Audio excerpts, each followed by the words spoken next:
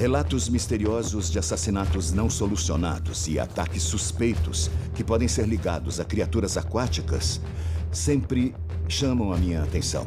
Recentemente, eu me deparei com um caso bem estranho. Em 2011, numa praia do México, 5 pescadores foram trazidos pelo mar. Estavam mortos.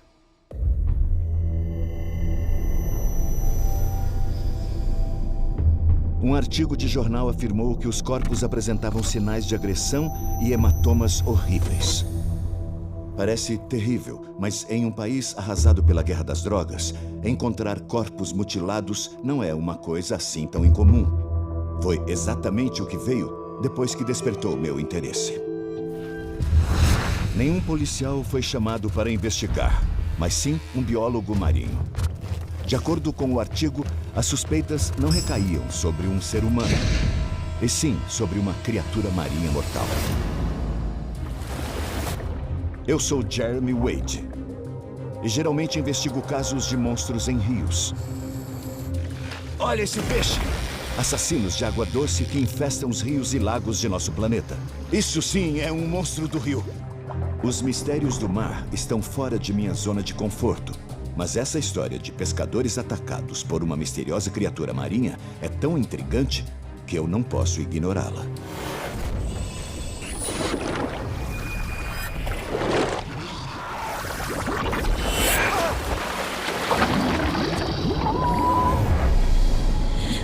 Monstros do Rio.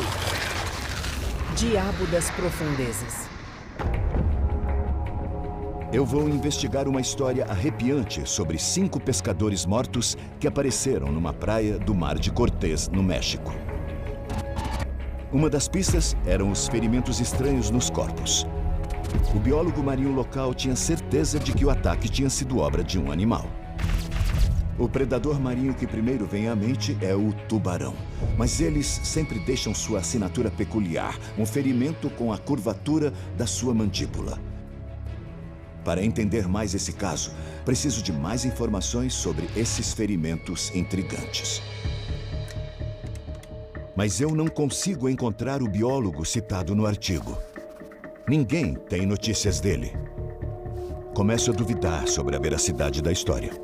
Mas eu encontrei outros relatos de pescadores atacados por criaturas estranhas no Mar de Cortés.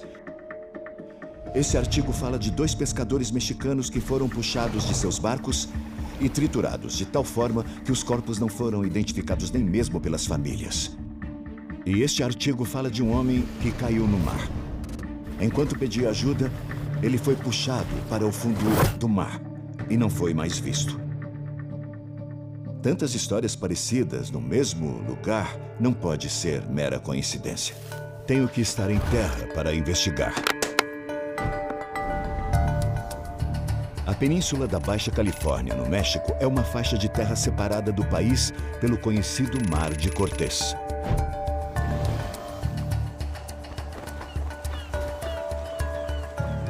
Essas águas traiçoeiras têm um histórico sinistro de violência. Histórias de enseadas secretas onde piratas espanhóis enterravam seus tesouros e onde os cartéis de drogas ainda enterram suas vítimas.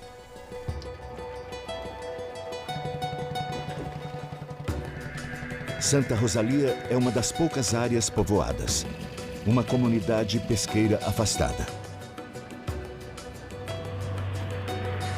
Eu pergunto aos moradores se eles sabem alguma coisa sobre os ataques. Eles me dizem para ir à praia ao anoitecer para falar com os pescadores antes que saiam para a pescaria noturna. Certo, obrigado.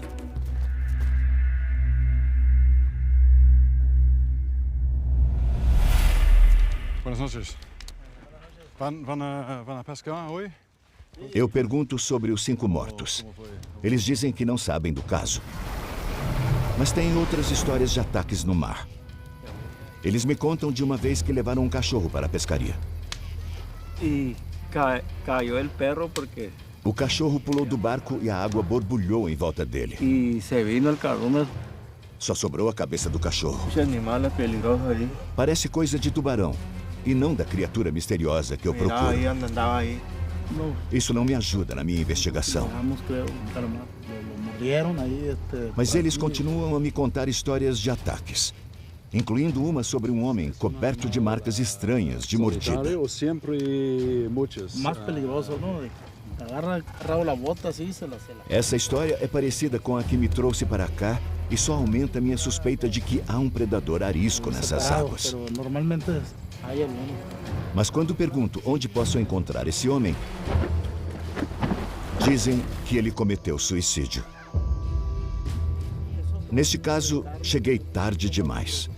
Mas os pescadores dizem que os ataques ocorreram em fossas oceânicas distantes da costa. O Mar de Cortés fica sobre uma série de grandes falhas geológicas e foi formado quando as placas tectônicas se separaram. Embaixo da água, há cânions com milhares de metros de profundidade.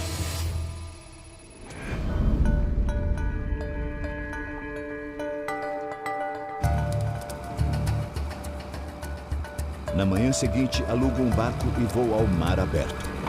Preciso ir pescar e descobrir que criaturas existem aqui.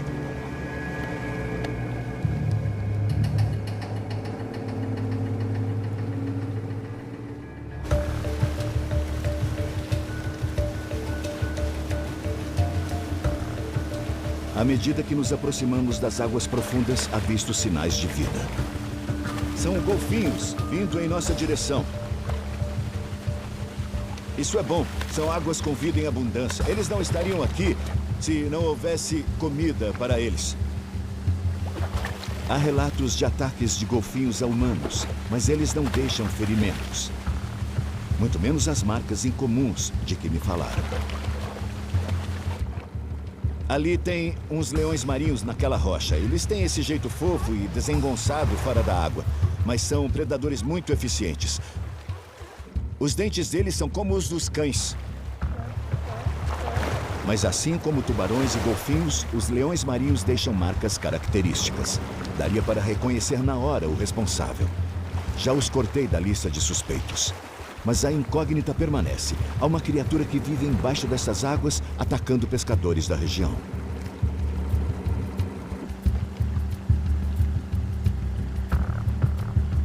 Achamos um cardume de peixes pequenos a uns 200 metros daqui. E quando esses peixinhos nadam perto da superfície, eles alteram o padrão de ondulação, aumentando o número de ondas.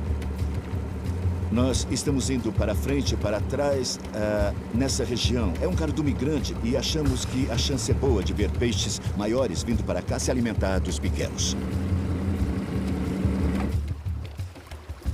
Isso é o que eu vou pôr na ponta da linha. Ela imita o movimento dos peixes pequenos.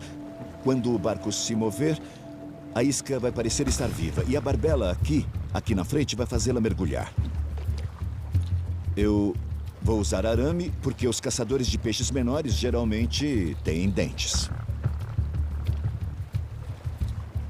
No mar não há muitas coisas em que os peixes podem se esconder. Por isso eu vou usar bastante linha.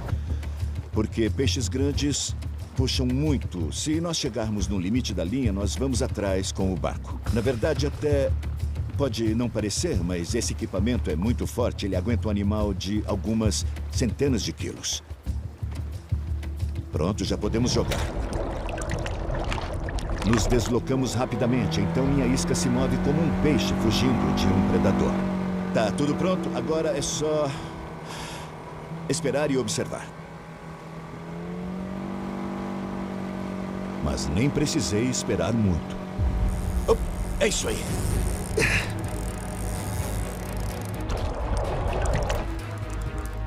Sobe devagar. Para. Sobe devagar. Para. Não parece ser um peixe muito grande, não.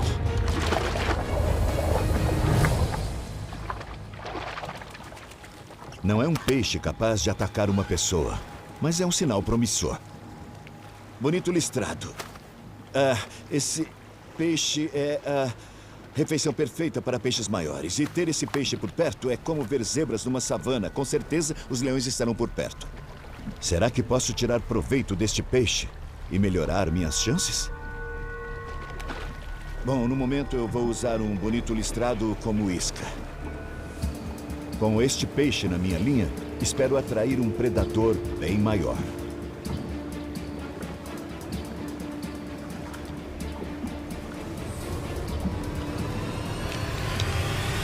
Oh.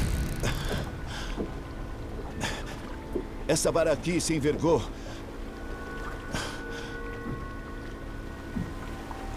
Mas parece não ter nada lá. Estranho, muito estranho.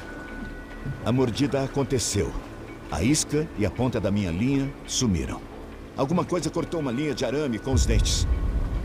Uma criatura capaz de cortar arame com os dentes tem uma boca perigosa. Estamos lidando com um predador dos grandes aqui. Ainda não posso saber do que se trata, porque ele escapou. Agora só me resta colocar uma linha nova.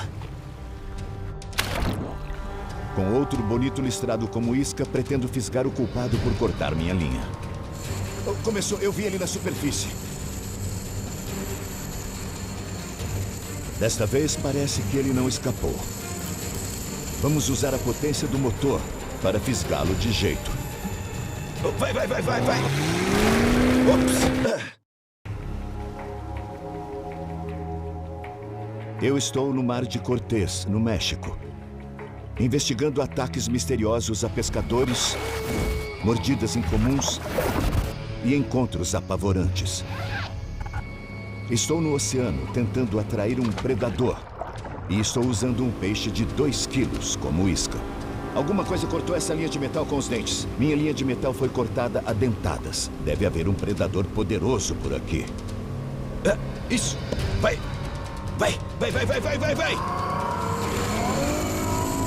Lancei uma linha nova e alguma coisa lá embaixo agarrou um bonito listrado inteiro. Nada pulou ainda, mas o que quer que fosse veio à superfície antes do anzol pegar. O que houve? Se soltou?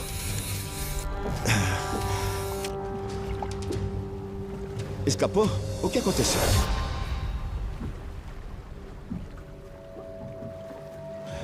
Olha só. Alguma coisa arrancou o corpo do peixe. Eu não vi nada pulando da água. E o corte que separou a cabeça do corpo é bem limpo. É cirúrgico. Ele cortou a carne, cortou a espinha e as guelras.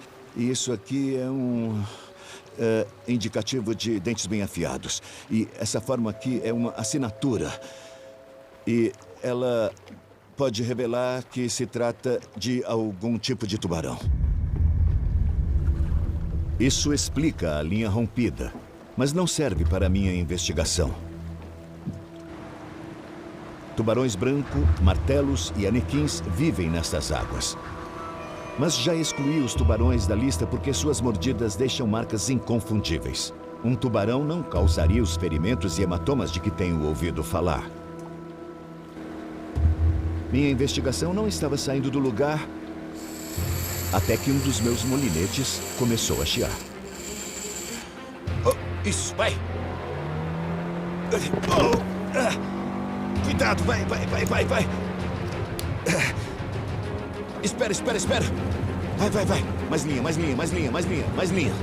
Mais linha!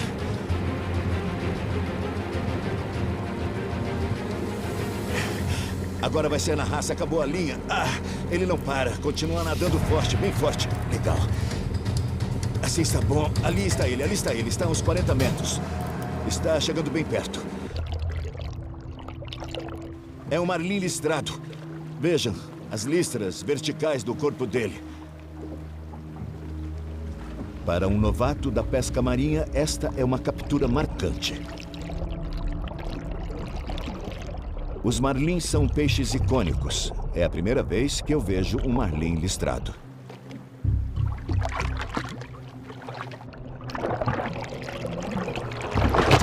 Isso. Assim. Isso.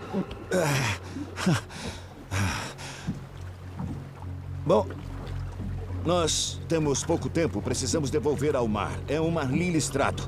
Dá para se ver, não tão claramente agora, as listras verticais. Essa criatura, tudo nela indica que foi feita para ser veloz. Dono de um corpo aerodinâmico como um foguete, o marlim é um dos peixes mais velozes dos oceanos, capaz de atingir 80 km por hora. Seu bico em forma de espada é usado na caça. Ao atacar cardumes, essa arma atordoa a presa. Veja só, os olhos dele são bem grandes. Um dado interessante é que, embora os peixes tenham sangue frio, este peixe aqui tem aquecimento para os olhos. Um músculo adaptado para a função fornece calor para os olhos e permite que o marlim capte luz mais rapidamente. Como uma câmera de alta velocidade, esta visão incrementada transforma um borrão altamente veloz em uma presa visível. Hora de voltar para a água. Pronto. Vamos lá. Esses assassinos por natureza são mestres da precisão, perfeitamente adaptados ao ritmo frenético dos oceanos. Marlim, eis um grande peixe predador. Ao puxarem marlins para o barco, pescadores já foram perfurados pelo bico. Mas foram acidentes que deixaram um único ferimento.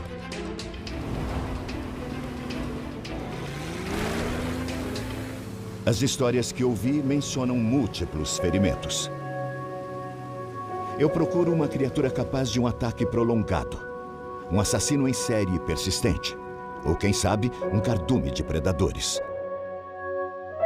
Talvez eu esteja apenas tateando a superfície da água. O buraco aqui é bem mais embaixo mesmo. O medidor de profundidade registra 300 metros. Às vezes nem ele identifica o fundo. Sabe, é o tipo de pescaria diferente do que eu estou acostumado. Estou habituado com rios de no máximo algumas dezenas de metros de profundidade. Mas este é um oceano vasto. Mais do que nunca, achar um predador aqui é como procurar uma agulha em um palheiro.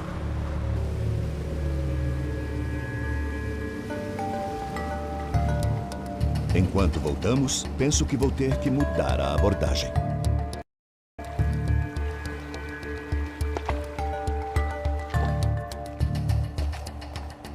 De volta a Santa Rosalia, os pescadores comerciais trazem o resultado do seu trabalho.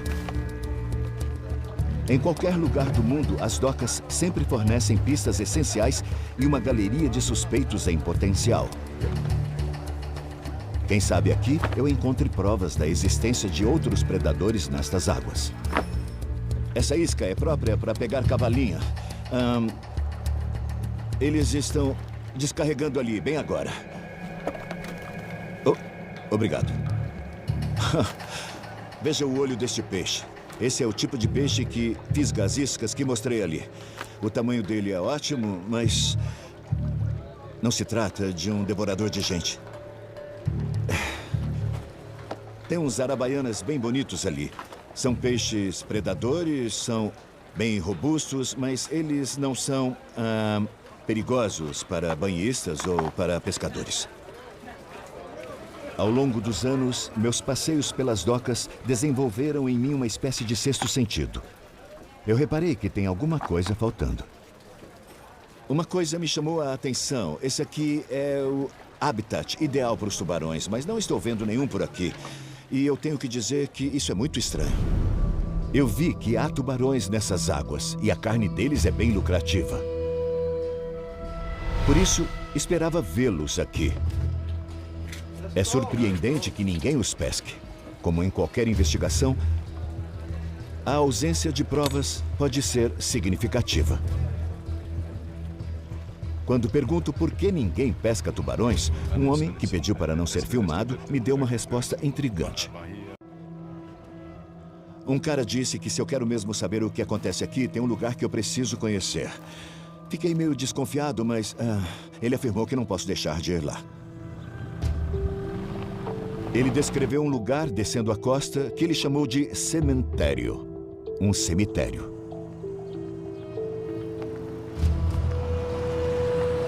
As instruções que ele me deu me levam por uma estrada secundária. Eu acabei de passar por uma baía e então eu devo estar por aqui. Tem uma espécie de trilha por aqui que corresponde a esse mapa.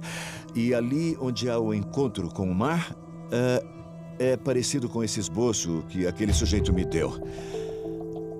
Então, eu vou pegar essa trilha e ver aonde ela vai dar.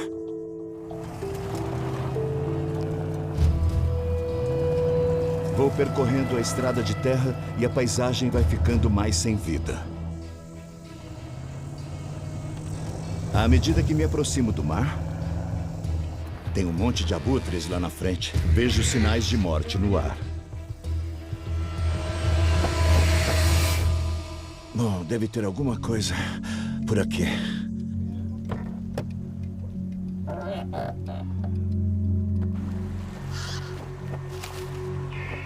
Mas observando o local mais de perto, parece não ter nada de especial. Esse parece ser o local onde o pessoal joga os peixes mortos. Chamar de cemitério me parece adequado. Isso aqui é... sei lá o que é isso.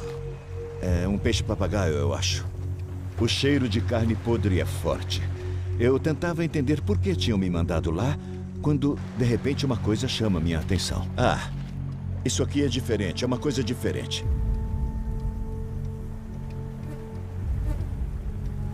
De repente, estou cercado de criaturas mortas.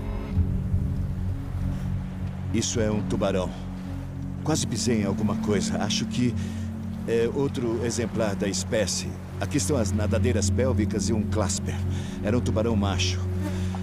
E aqui... essa parte deve ser do mesmo espécime. É um pedaço da cauda. Era um tubarão, um dos grandes. E recém-jogado aqui. Achei mais coisas. É um tubarão martelo. As coisas começam a ficar mais claras e este lugar arrepiante começa a fazer sentido.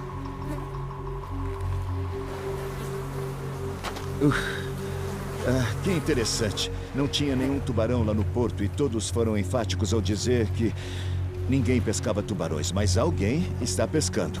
E eles estarem nessa praia deserta e não na cidade sugere que essa atividade não é lícita.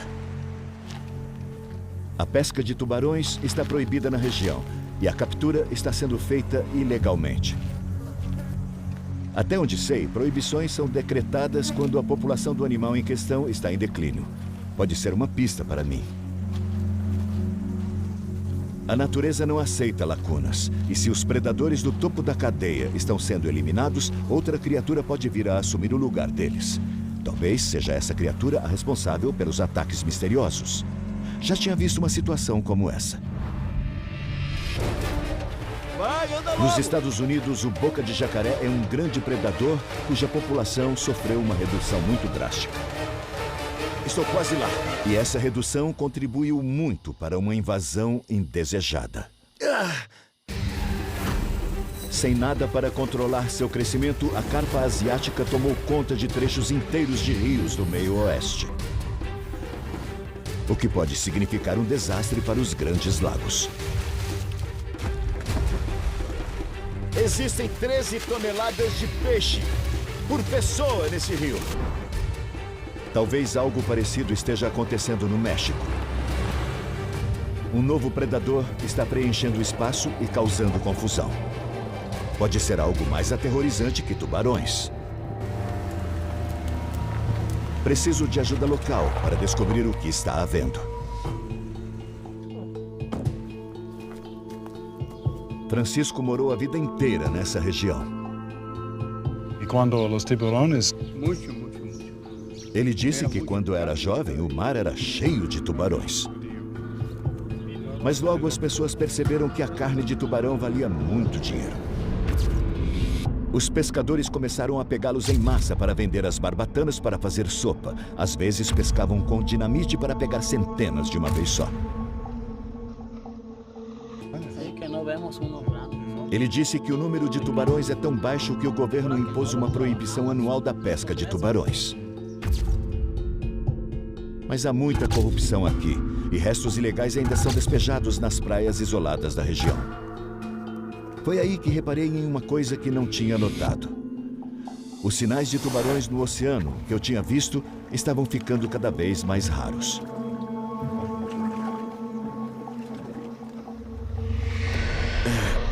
Isso é muito interessante. Isso confirma minhas suspeitas de que o número de tubarões está cada vez mais diminuindo. Eles disseram que faz algumas décadas que não há mais tantos tubarões e que outra criatura veio e tomou o seu lugar. Uma criatura conhecida como El Diablo Rojo, que é traduzido para Diabo Vermelho. Isso soa bem impactante. Eles me deram o endereço de um pescador que sabe tudo sobre esse diabo.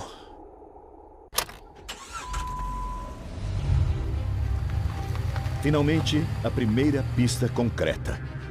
O nome de uma fera demoníaca e de um homem que pode me contar mais sobre ela. Será que o Diabo Vermelho é o animal que estou procurando? A criatura tenebrosa que vem assombrando essas águas?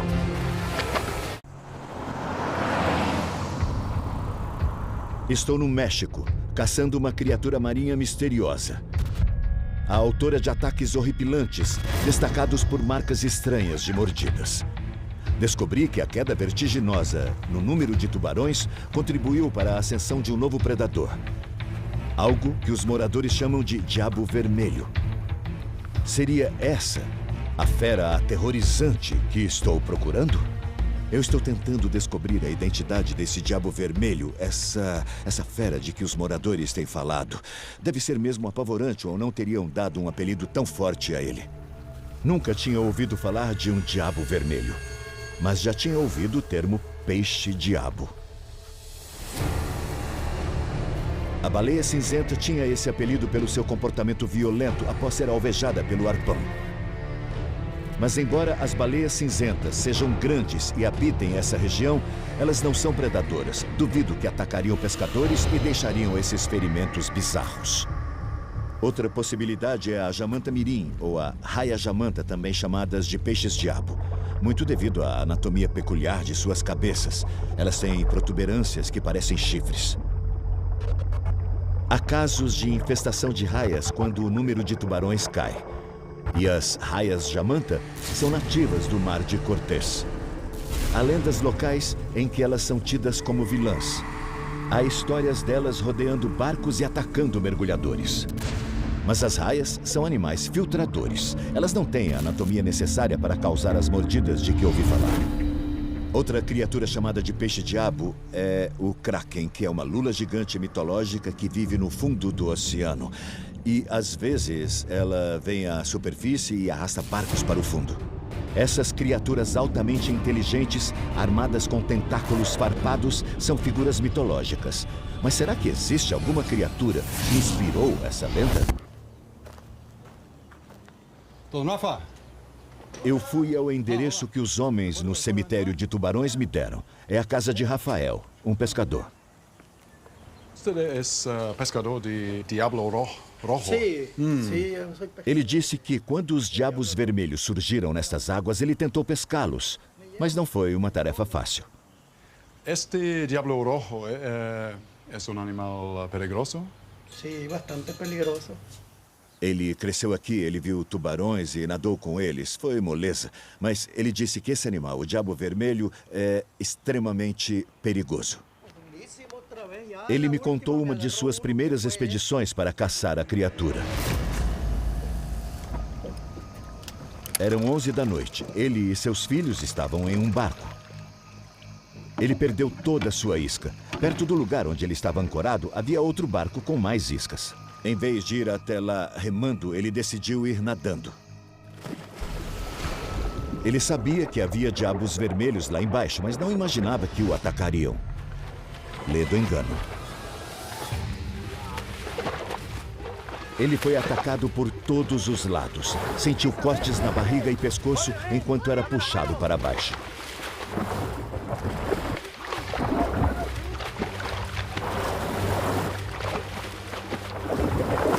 Seus filhos conseguiram trazê-lo de volta ao barco, coberto de sangue. Ele disse que se não tivesse saído da água, ele não teria sobrevivido. Havia muitos deles, não dava para saber o número exato. E tem mais uma coisa, quando você Quando você fisga um deles, eles se tornam canibais. Se eles veem um da espécie no anzol, então eles vão devorá-lo. É quase como se fosse um cardume de piranhas atacando. Segundo o que sei de piranhas, as mordidas delas acabam deixando uma marca bem específica. Eu estou muito curioso para saber se ele ficou com alguma recordação desse encontro. Com cicatriz, alguma marca? O sea, muchas. Muitas. O ataque foi há mais de 40 anos, mas as cicatrizes permanecem. Aqui está já. Esta aqui me lembra de uma coisa que eu já vi. Com minha experiência, a única coisa que vi capaz de causar algo assim é o peixe baiacu. A cicatriz do Rafael é grande demais para ter sido causada por um bico de baiacu. Mas tem uma aparência bem incomum e bate com outros relatos de ataques que eu ouvi. A outra criatura marinha que tem bico é a lula. Que tipo de animal? Tem tentáculos? Eu pergunto para ele se esse animal tem tentáculos. Sí, no. Calamar, diablo rojo. Ele confirma. É uma lula. Ele disse que o peso era entre 30 e 35 quilos. Deve ser um animal, não sei, de 1,20 m, 1,5 m, mas pelo que ele me contou, não são animais solitários, e sim um grupo esfomeado de lulas enormes. Ainda não pesquei lulas e estou animado para aprender. Ele me mostra a isca e ela parece mais um instrumento medieval de tortura do que algo para se colocar em uma linha. Isso aqui vai atrair a lula. Ele disse que é luminosa.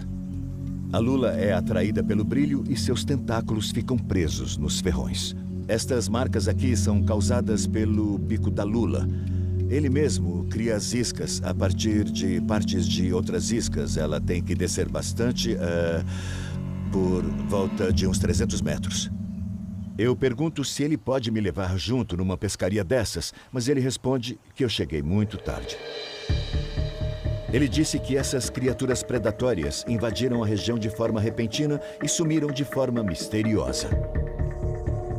Há algo de assustador em um animal que em um minuto está aqui e no seguinte não está mais. Agora que Rafael me ajudou a identificar esses caçadores que vivem em bandos, eu estou determinado a encontrá-los. Há várias espécies de lula, mas apenas uma é compatível com o tamanho que Rafael descreveu: a lula de Humboldt. Ela é da cor certa para ser chamada de diabo vermelho. Seu bico é feito de uma das substâncias naturais mais duras do planeta, e sua mordida é forte como a de um leão. Já ouvi relatos de lula de Humboldt que atacaram mergulhadores, o que só aumenta minha suspeita de que este é o animal que procuro. Outra delas veio por trás, pegou minha mão e puxou para trás com tanta força que deslocou o meu ombro. Essas lulas são bichos perigosos. Há ocorrências de ataques de lula de Humboldt em vários locais ao longo da costa do Pacífico. Elas são assustadoras. Você tá lá e é devorado por essa coisa. É uma cena de filme de terror. Houve centenas de avistamentos de lula de Humboldt da Califórnia ao Alasca. No México, elas sumiram tão rápido quanto chegaram. Como elas ocupam um território vasto e aparentemente aleatório, encontrá-las não será fácil. Elas são chamadas de lula de Humboldt porque são provenientes da corrente de Humboldt, na América do Sul. Ela percorre a costa do Chile e do Peru. Eu vi fotos de lulas de Humboldt enormes que foram pescadas em Paita, no Peru. Acho que seria muito bom dar um pulinho nessa área. Parece que esses animais esquisitos estão sendo pescados no Peru.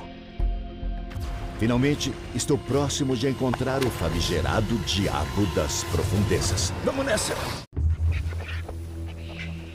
Estou à procura de uma criatura marinha capaz de provocar ferimentos seríssimos.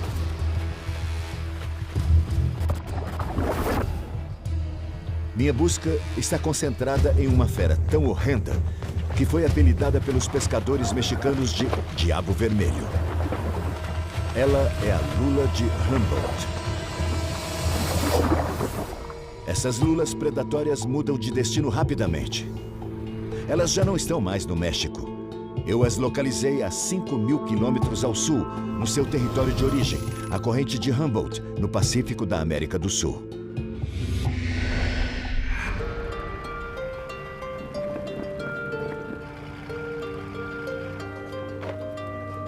Estou em uma remota cidade peruana chamada Paita.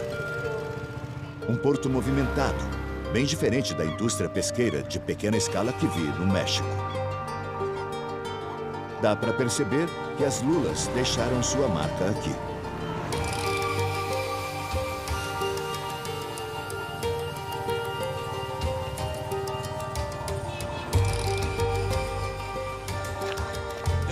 Senhora, este para quê? Calamar gigante? Bom, essa isca de lula é impressionante. É uma isca de lula, não há a menor dúvida. Mas é bem mais pesada e bem mais robusta que a isca mexicana. Isso aqui é feito de aço, não é feito de arame. Eu imagino que... Bom, tenham sido projetadas para animais de grande porte. Preciso ir pescar.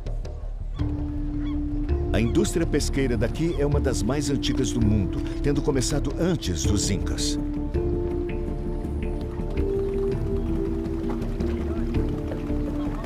Olá, buenas tardes. Com mais de 700 espécies marinhas, o Peru é uma das nações com mais atividade de pesca no mundo. Tem muitos barcos aqui, parece que a gente voltou no tempo. Acredito que sejam poucos os lugares assim no mundo hoje em dia. Vou para um barco de pesca comercial de lulas. Sua experiente tripulação navega nessas águas o ano inteiro. Minhas chances de encontrar lulas de Humboldt são boas.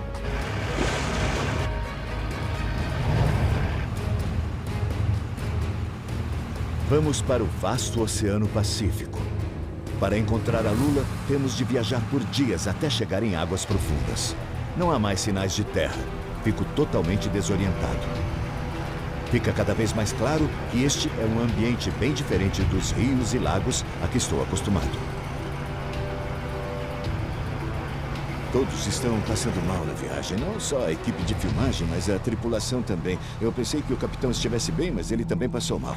Dias e noites se sucedem e nossa jornada continua sem descanso. Não há como evitar o balanço do mar. Então, começam os problemas.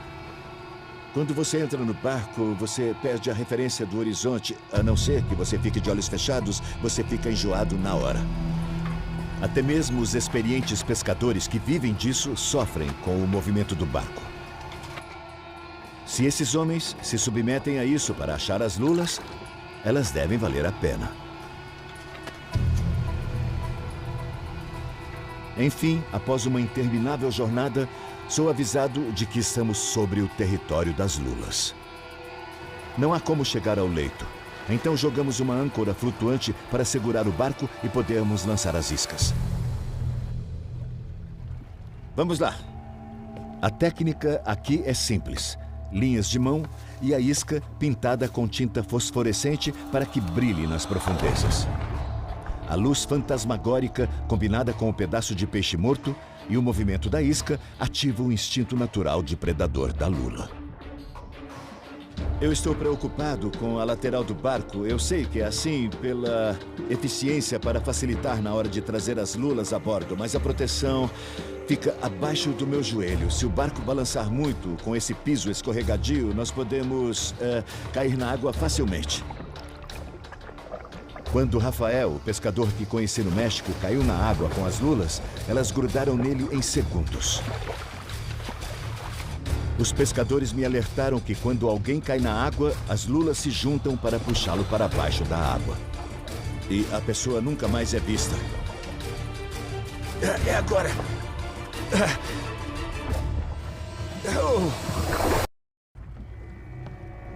Estou no Peru, tentando pegar uma lula de Humboldt para determinar se ela é capaz de atacar e matar pessoas. É agora! Após 3 longos dias no mar, finalmente fisguei alguma coisa grande. Acho que estou vendo. Ali está. É bem grande. Vamos lá.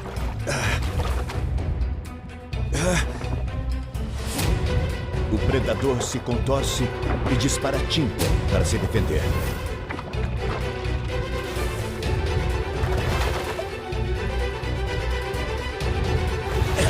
Lá vem ela. Vamos lá.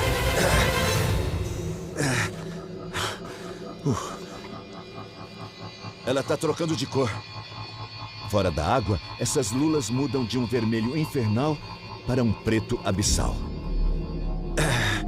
Essa é a fera. É uma lula de Humboldt. Um animal bem esquisito.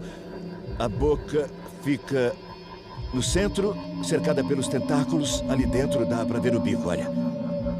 Sem dúvida, foi esta arma brutal que causou a cicatriz no ombro de Rafael e os outros ferimentos incomuns de que me falaram. Esta é a prova principal, o elo entre todas as histórias. E a anatomia insólita deles não para por aí. Aqui é o sifão. É por aqui que ela espirra a tinta. Esses predadores bizarros parecem saídos de um filme de terror. Um animal diferente de tudo que já pesquei na vida. É um animal impressionante. Vou devolver. Essa lula é de um tamanho razoável, mas a espécie pode chegar a 2 vezes esse tamanho e 8 vezes o peso. E há uma coisa ainda mais aterrorizante sobre esses animais. Após alguns segundos, outra linha se mexe e elas não param. E lá vamos nós. Sorte que não era tinta. Tem várias. Esses demônios canibais saem das profundezas para atacar as outras lulas que se debatem nos anzóis. Elas caçam em grupos de mais de 1000 indivíduos. De repente, elas vão embora tão rápido quanto chegaram. Mas não resta dúvida. Elas são os diabos vermelhos que invadiram o México e os animais que atacaram mergulhadores nos Estados Unidos.